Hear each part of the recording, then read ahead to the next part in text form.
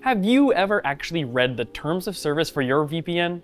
You know, the stuff most people skim and accept without thinking twice about it? How about the privacy policy? Well, we have. To test how trustworthy VPNs are, we read through the fine print on a dozen VPN policy pages and thoroughly investigated their company practices. To evaluate everything from no-log policies and security events to marketing claims and communication practices, we created a comprehensive rubric to guide our investigation.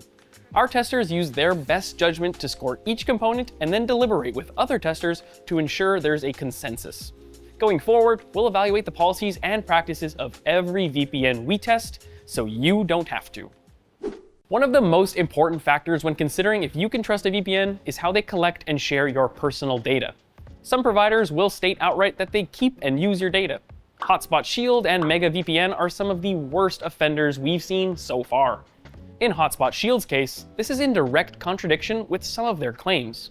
While they say they don't keep records of your VPN browsing activity, other information, like your IP address, is apparently fair game.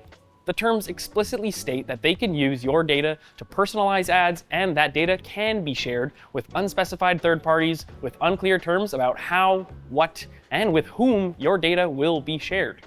Compare that to the stricter no-log policies of IVPN and Molvad, both of which state in no uncertain terms that they don't keep or share your data, period.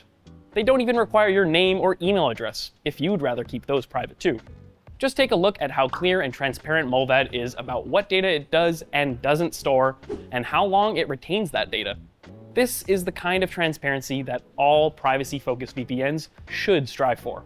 One thing to note, it is typical for VPN providers to share your email and credit card info with third parties that manage billing, payment, or customer support. If you really want to avoid that information being shared, it's up to you to use an anonymous payment method or burner email. Any policy information that's unclear, overly complicated, or intentionally vague is a red flag. After all, the burden shouldn't be on you, the customer, to decipher legalese. It should be on the company to make their terms clear, though that isn't always the case in practice. Proton VPN, which is otherwise well regarded, falls short on that front, with a lot of unclear legal jargon throughout its policies. Vague language and conditional phrases plague its policies and terms, leading to a lot of questions around its no-log policy. Thankfully, some regions have laws in place to prevent this sort of thing. Europe's GDPR, for example, forces companies to be clear and transparent in their policies.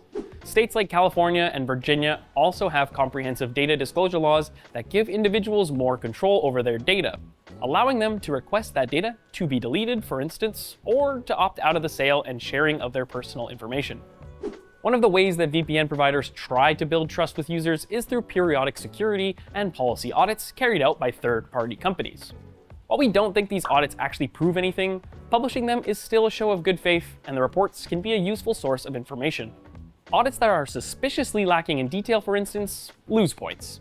Likewise, if auditors aren't given enough time or access to properly carry out an audit, that also gets docked. Most VPNs are loud and clear about audits since it's an easy way to gain trust.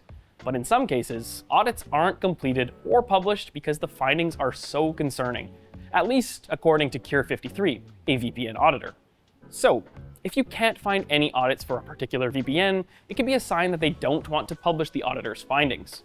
That said, some providers like IVPN have an explicit stance against policy audits. While they still perform security audits, they argue that a no-log audit doesn't provide real value because it only represents one snapshot in time.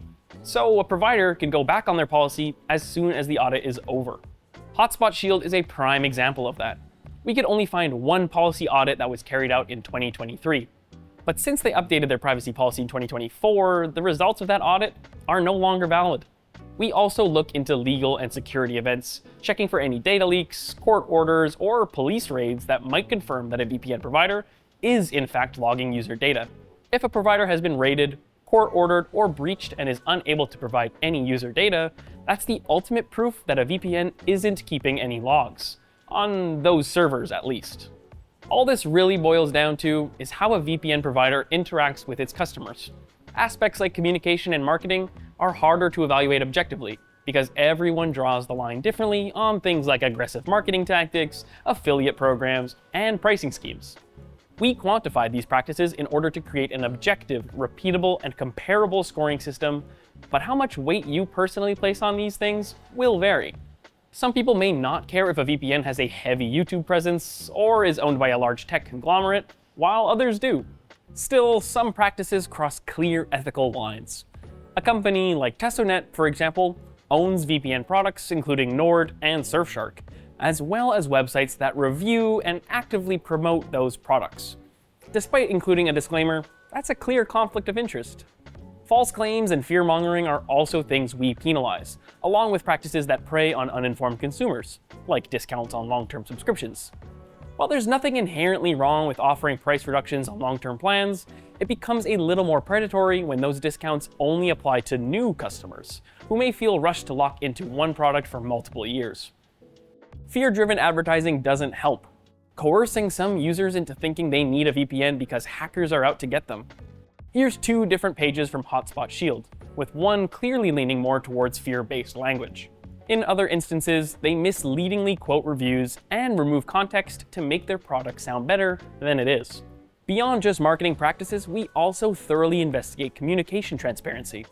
Providers that communicate clearly, openly, publicly, and frequently with users gain points. We even look at how they respond to common criticism. For instance, it's known that Cape Technologies, which owns VPNs like ExpressVPN and CyberGhost, was formerly involved in malware development, but they've never publicly acknowledged or answered to that criticism. Another surprising lack of transparency we came across was Bitdefender. The brand's VPN is actually a white label VPN from Hotspot Shield. While they technically disclose that in their terms of service by linking to Hotspot Shield's policy pages, it's far from clear that this isn't a Bitdefender-built product. Meanwhile, other providers are setting the standard by staying active in the community, sharing best practices, and informing users without relying on false claims, hyperbole, or predatory marketing. The culmination of all this is the addition of new scored test boxes for privacy policies and company practices. These inform our new private browsing usage box and a policies and practices performance usage in the verdict section.